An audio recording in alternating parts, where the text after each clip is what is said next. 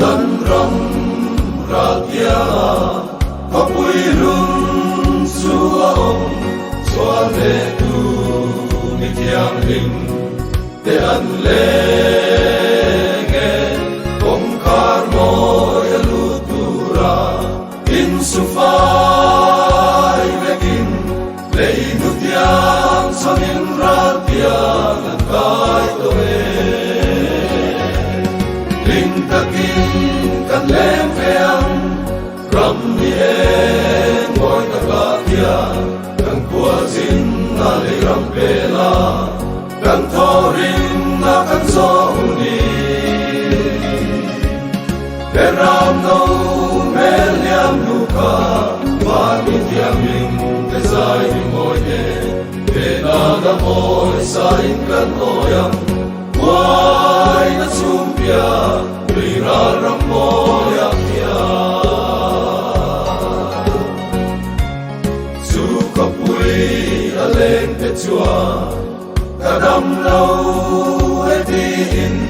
lung mai na bia ture tan soi ngai to lo tan dam tu lung wala sual ngai dam te an ni wai na ten tan chim bak lo ko pui moya ling takin kan lem veang ram ni e ngoi takatia kan kuazin na le ram pela kan thorin na kan so ni peram no meliam luka va mi tiaming te sai ngoi ne pe na da moi sai kan oyam wai na sumpia rira ram moya pia sual na ten kanzare lei sheong maya kandam teilo imamai te Immanuel taksale karau dam lo nun tui haveta kilita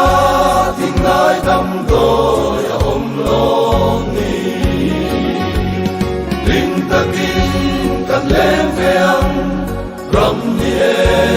ngoi takatia kan kuazin na le ram pela kan thorin na kan so ni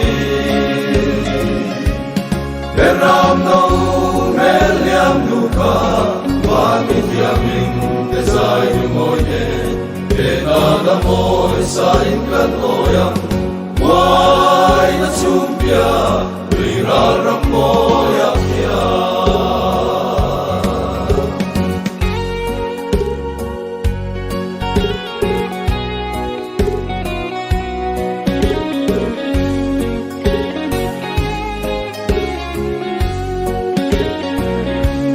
lei ro pui na hola lal krista tam tu de swa an pui lo lal rong po na na tri nun an hun lu an ro sum le isen tiang rim ne an mamai lal ram ta an la ne ling takin kan lem veang ram ni e ngoi takatia kan kuazin na le ram pela kan thorin na kan so ni peram no meliam luka va mi tiaming te sai ngoi ne